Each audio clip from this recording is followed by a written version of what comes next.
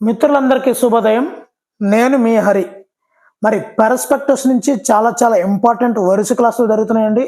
మరి గత వీడియోల్లో మనం వేద విద్య, బౌద్ధ విద్య, ఇస్లాం విద్య వీటి అన్నిటి గురించి కూడా అద్భుతమైనటువంటి బిట్లు అయితే చూసాము. మరి అందుకు సంబంధించినటువంటి మొత్తంగా చివరిలో ఈ యొక్క టేబుల్ తయారు చేయడం జరిగిందండి మనందరి కోసం. మరి ఇక్కడ చూసినట్లయితే అద్భుతంగా ఇవ్వడం జరిగింది. టేబుల్ తయారు చేసాము మీ అందరి కోసము. మరి గత వీడియోలో ఇస్లాం విద్య గురించి చెప్పడం జరిగింది. దాని మీద ఒకసారి ఎవాల్యుయేషన్గా 4 బిట్లు అయితే పెట్టడం జరిగిందండి. మీకు ఆన్సర్ తెలిస్తే తప్పనిసరిగా అయితే కామెంట్ చేయండి. ఒక వీడియోని చూడడం ఎంతవరకు ఇంపార్టెంటో దానికి సంబంధించినటువంటి ఎవాల్యుయేషన్ బిట్లు కూడా మనం చెక్ చేసుకోవాల్సిన అవసరం అయితే ఉంది. ఒకసారి వీటికి దీనికి ఆన్సర్ తెలిస్తే తప్పనిసరిగా 4 బిట్లేనండి.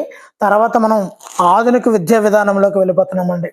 మరి ఇస్లాం కాలంలో ఈ ఉత్సవంతో బాలుడి విద్యాభ్యాసం ప్రారంభించబడింది. ఆప్షన్ చూడండి, ఆన్సర్ని కామెంట్ చేయండి. ఆన్సర్ ఆప్షన్ 2 బిస్మిల్లా. బిస్మిల్లా. ఇస్లాం కాలంలో ఈ ఉత్సవంతో బాలుడి విద్యాభ్యాసం ప్రారంభించబడింది అంటే బిస్మిల్లా. రెండవది, ఇస్లాం కాలంలో ప్రాథమిక పాఠశాలలను ఎలా పిలిచేవారు? దీనికి ఆన్సర్ తెలిస్తే తప్పనిసరిగా అయితే కామెంట్ చేయండి. వరుస క్లాసులు జరుగుతున్నాయండి. మరి గత వీడియోల్లో విద్య నిర్వచనాలు చెప్పడం జరిగింది. ఇస్లాం విద్య, బౌద్ధ విద్య, వేద విద్య అన్నింటి గురించి కూడా వరుస క్రమంలో ఒకే తమ్మనేలు పెట్టి చేస్తున్నాను. మీరు వరుసగా నెంబర్స్ వేసి మరి చెప్తున్నాను కాబట్టి ఎక్కడ మిస్ అవ్వద్దండి. మరి ఆన్సర్ ఆప్షన్ 1 మక్తాబ్ అంటారండి.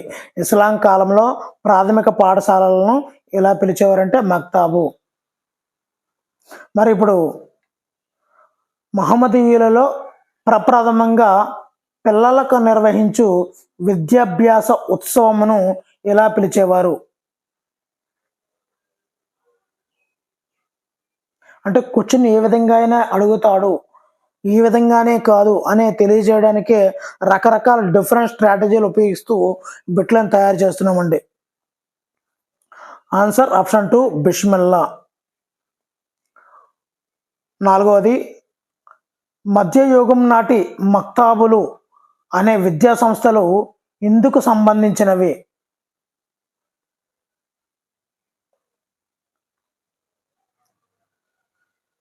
మరి వీలైనంత వరకు ఆన్సర్లు అయితే పెట్టడానికి ట్రై చేయండి. ఆన్సర్ ఆప్షన్ 3 అందరి కోసం ఎలిమెంటరీ విద్య. అందరి కోసం విద్య, అందరి కోసం ఎలిమెంటరీ విద్య.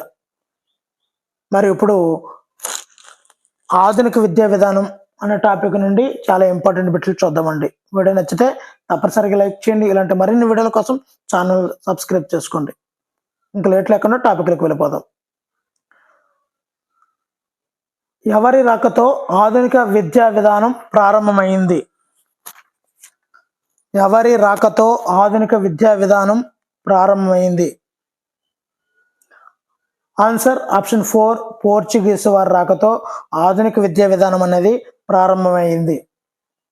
రెండో బిట్ అండి, భారతదేశానికి సముద్ర మార్గాన్ని కనిపెట్టినటువంటి వాస్కో డి గామా ఏ దేశస్థుడు? ఆన్సర్ ఆప్షన్ 1 పోర్చుగీసు దేశస్థుడు. వాస్కో డి గామా పోర్చుగీసు దేశస్థుడు. మూడవది, ఆధునిక విద్యకు ఆద్యులు ఎవరు? ఆన్సర్ ఆప్షన్ 2 పోర్చుగీసు వారు. క్వశ్చన్ ఏ విధంగా రావచ్చండి, అందు గురించి తిప్పి మార్చడం జరుగుతుంది. మరి నాలుగవది, ఆధునిక విద్యకు ఆద్యులు పోర్చుగీసు వారని పేర్కొన్నది ఎవరు? చాలా చాలా ఇంపార్టెంట్ బిట్లు అండి. Answer option 2 S N Mukherjee. ఆధునిక విద్యకు ఆద్యులు పోర్చుగీసు వారు అని పేర్కొన్నది ఎస్ఎన్ ముఖర్జీ.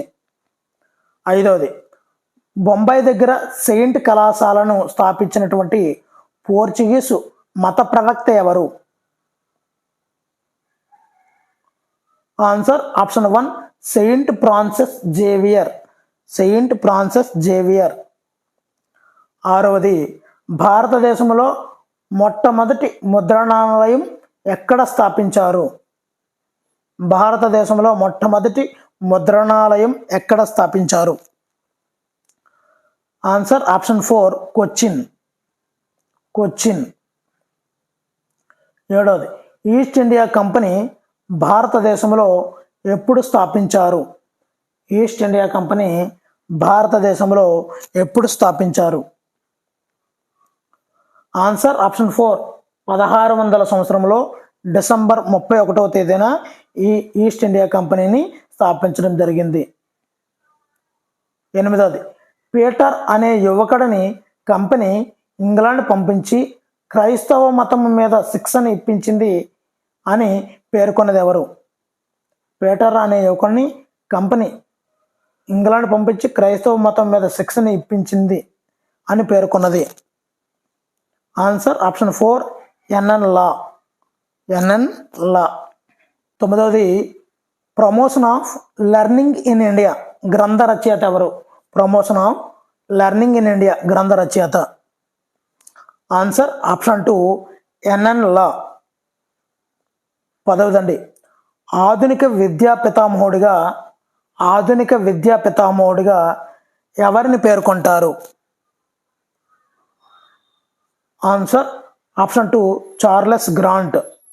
ఆధునిక విద్యా పితామహుడు చార్లెస్ గ్రాంట్.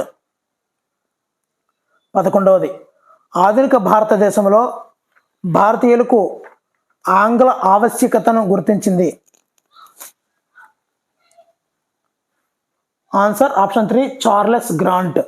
ఆధునిక భారతదేశంలో భారతీయులకు ఆంగ్ల ఆవశ్యకతను గుర్తించింది చార్లెస్ గ్రాంట్. 12వది భారతీయుల స్థితిగతులపై అబ్జర్వేషన్ పుస్తక రచయిత ఎవరు? అబ్జర్వేషన్ పుస్తక రచయిత.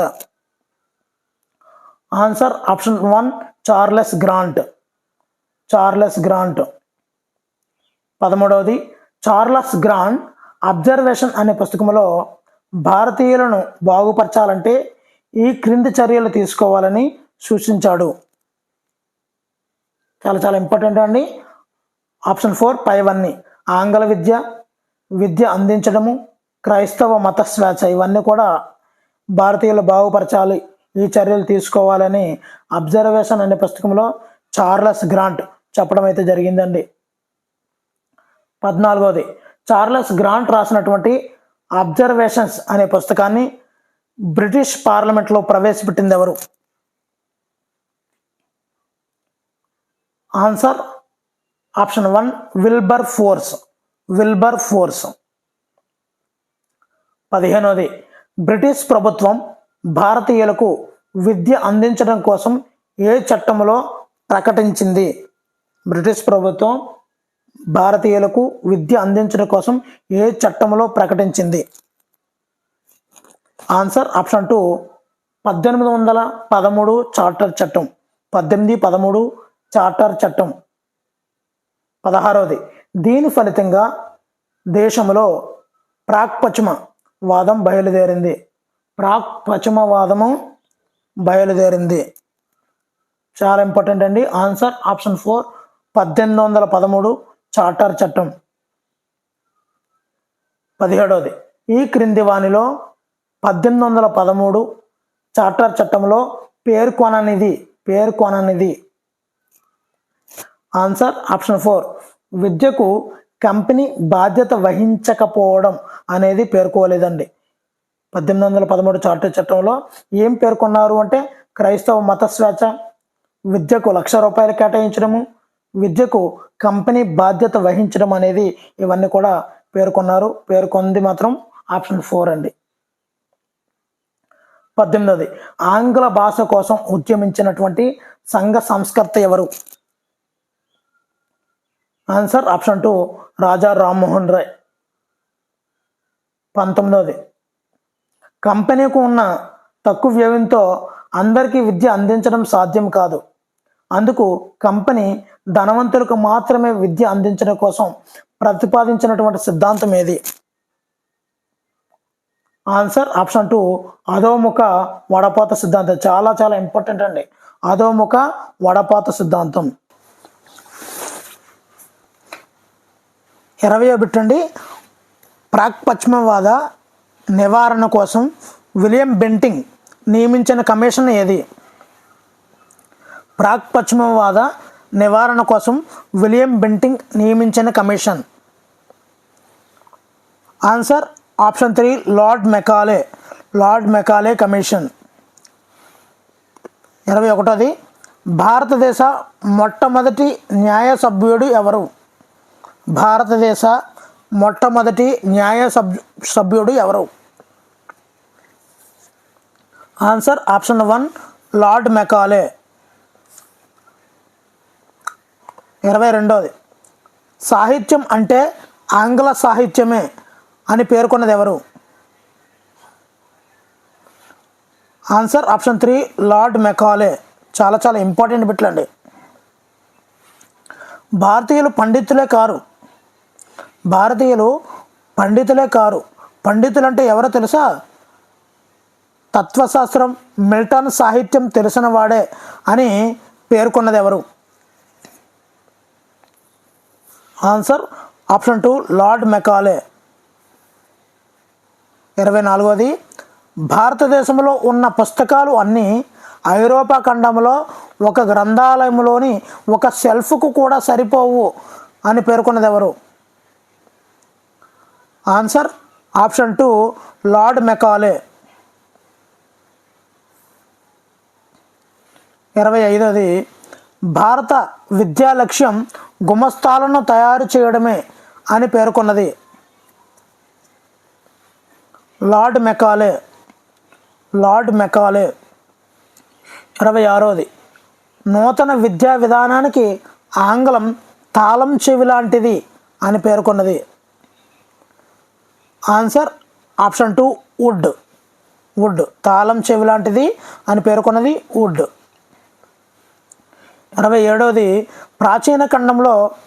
ప్రాచీన కాలంలో ఐరోపా ఖండాన్ని గ్రీకు, లాటిన్ భాషల్లో ఉద్ధరించాయి. అలాగే ఆధునిక భారతదేశాన్ని ఆంగ్లం ఉద్ధరించబోతుంది అని పేర్కొన్నది ఎవరు? Answer option 3 Lord Macaulay. Next అండి 28ది ఆంగ్లం కోసం భారతీయులు ఆతృతగా ఎదురు చూస్తున్నారు అని పేర్కొన్నది? Answer option 3 Charles grant. ఆంగ్లం కోసం ఆతృతగా భారతీయులు ఎదురు చూస్తున్నారు అని పేర్కొన్నది చార్లెస్ గ్రాంట్. లార్డ్ మెకాలే సిఫారసు ఫలితం ఏమిటి? ఆన్సర్ ఆప్షన్ 2 ఆంగ్ల భాష ప్రవేశపెట్టడం. 30ది భారతదేశంలో ఆంగ్ల భాషను ప్రవేశపెట్టిన గవర్నర్ జనరల్ ఎవరు?